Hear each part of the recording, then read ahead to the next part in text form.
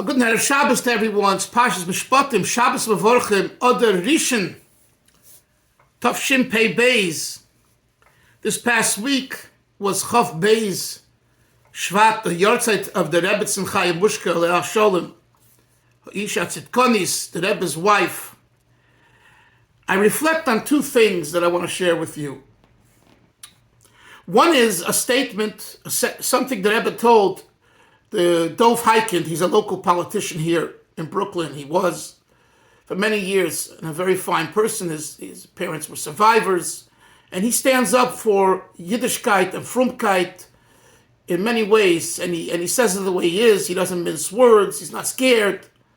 I give him a lot of credit because there are a lot of cowards out there. He's not a coward.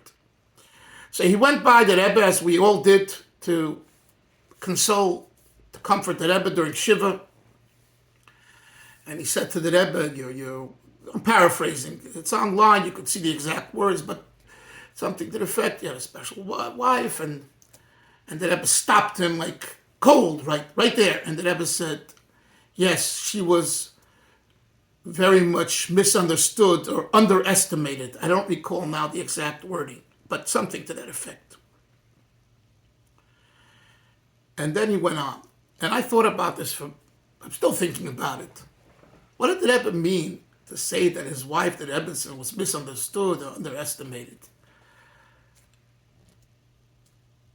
I don't know, and no one really knows because the Rebbe didn't say it. However, what we could say is that the Rebbetzin Chaya Mushka was a very private person.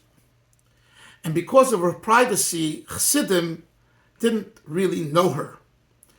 In fact, most of us since the 1960s and on, 70s for sure, only saw her one time, Lag Ba'omer, I believe, 1980, at the window of the library. We could see her at the window. You could just see, I don't know if you saw it clearly, but everyone said that's her. In the early years, in the 50s, the 60s, I think she sometimes came with a car and she picked up the Rebbe to go home. But even that, so what do you know about a person? So we know stories and people have shared and it's all wonderful. But we still didn't know the person. The Rebbe, did we know the Rebbe? We knew him more because he verbrengt and he spoke in public. As Rabbi Yoel said, the Rebbe revealed himself during Verbrengens. If you want to know who the Rebbe was, listen to the Verbrengens. That's when he spoke to the public. But she didn't. So this privacy led some people to, I'm not going to say discount her, but not feel that she's really part of the entire movement of everything that's happening. And that's totally erroneous. And this is what I believe that Rebbe was alluding to. That she specifically was the backbone of the Chabad Lubavitcher movement from 1951 on and what we see today. Because she was the Rebbe's backbone. We also know her famous statement to Nat Lewin during the Sforim case, where they deposed her. And he asked her, to who did these books belong? To your father or to Chassidim? And she said, they belong to Chassidim because my father belonged to Chassidim. Tremendous answer and truth. Emes, exactly, right on. Finally, I heard just this week this story that blew my mind and it goes in line to what we're saying. In the early 1950s, Dusya Rifkin, who was married to the Motl Rifkin, asked her cousin, Hendel Lieberman, Hendel Futterfass, Reb Mendel's older brother, who changed his name to Lieberman. He was a Hasidic artist, the first Hasidic artist. So she asked him to paint, to draw art, to do a picture of the Rebbe. And he said, fine. And that's the picture where you see the Rebbe walking like holding a siddur, because that's what the Rebbe did. And then Reb Hendel brought it to the Rebbe's house, and the Rebbetzin Chaya Mushka was there, and he spoke to her in Russian, She loved speaking in Russian. Rebbe Hendel knew Russian, and they also, I think, knew each other from way back. And he shows her a picture of her husband, of the Rebbe. And he asks her, so what do you think? So listen to what she answered. She said, I heard this from family members. So the Rebbetzin Chaya Mushka said to Rebbe Hendel, du hast gemalt. Gemalt means you drew. Du hast gemalt a Bild von dein Rebbe. You drew a picture of your Rebbe. Aber ist nicht mein Mann. But he is not my husband. What? And they had a relationship where, she could say it the way it is and he could take it the way it is. He left the picture there overnight. I assume that she showed it to the Rebbe, and the next day she gave back the picture. What does this mean?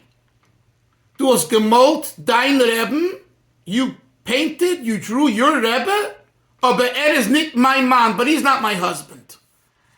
When I first heard it, I was startled. What do you mean? You could say it's not a nice picture. And again, some want to interpret this very simply. It was a bad drawing. First of all, it wasn't a bad drawing. You can still see it. It's out there. There's a book of his drawings. You could check it over there, I believe. I think what she was saying is, there is the Rebbe, as every chassid takes the Rebbe from his perspective, from his vision. His mind and heart decides who and what the Rebbe is to him. And she was saying to Rebbe Hendel and to us, Rabbi, ladies and gentlemen, the Rebbe is greater than what you understand and perceive of him. Is nicht mein Mann, meaning that's not my husband, the Rebbe. That's your Rebbe. But I see him as a continuation of my father, the Rebbe Fiedeke Rebbe, and the Rebbe Rashab, my grandfather, and the Rebbe until the Alter Rebbe. And he's something very different. That's my interpretation, take it or leave it. But the words themselves are powerful. And let's repeat them again. Du hast gemalt dein Rebbe, aber ist nicht mein Mann. You drew your Rebbe, however, he is not my husband.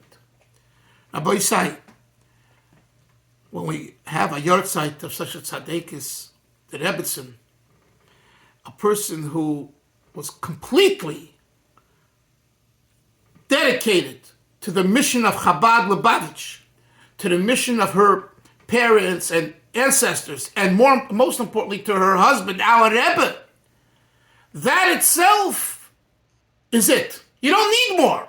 You don't need her to come out in public. You don't need her to make tea parties. You don't need her to raise funds.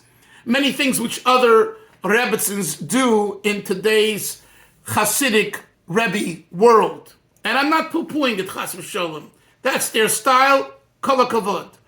But our Rebbetzin was a lady, a woman, a tzaddikis, who completely was subservient to her husband and didn't want anything to get in the way of that. And she was supportive of him. We know that she didn't go to sleep till he came home, 3, 4, 5 in the morning, 6 in the morning. She was up all night waiting for him because she had such derech eretz for him. And we also remember what she told Rabbi Krinsky the night of Shmini Atzeres, when the Rebbe had a heart attack initially by Ma'ariv, and then he had a more severe heart attack about 3 a.m., and the doctors wanted to take him to the hospital to sedate him, and he didn't want to go. And just at that time, when they decided they're going to do that, she came down the steps, and she asked Rabbi Krinsky, how is the Rebbe doing? And he said the doctors want to sedate him, take him to the hospital. So and he asked Rabbi, her opinion and for permission, because she gives the permission. So she said, in all my life, I never saw him do anything that out of that wasn't within his control, that he wasn't exact with what he thought. And if he says he doesn't want to go to the hospital, he should not go to the hospital, even though he's not well, he's very ill, and the doctors, say he should go. But he's in control of his destiny. She said that. Rabbi Krinsky said publicly, it's online, that at that moment, it was between life and death. He didn't say those words, I'm paraphrasing. And she had the courage, because she knew her husband, you understand? Because she knew that this isn't just a painting of your perception of what he is, and therefore he's not well, he's sick, he might die, take him to the hospital. No. She saw him as a hemshech, as a continuation of the 6 other Rabbeim, and she said, if he, as a tzaddik, says he doesn't want to go, that's the will of God. Whatever happens is between God and him, and that's it. And he didn't go. Rabbi say, ladies, gentlemen, people, friends, think about these things, and you have inspiration to serve Hashem better, and to learn Chassidus, and connect to the Rabbeim and our Rebbe, and we should be Zeicha to Gula Shlema, and she, together with the Rebbe and all Tzaddikim, should merit the Tchiyas HaMeisim, and all Yidden immediately, Kitzner Rachnu Sheichni Ofor, and she, Rebbetzin Chaya Mushka, Bas, Reb Yosef Yitzchok, should be together with us in Yerushalayim HaKodesh. Amen v'Amen.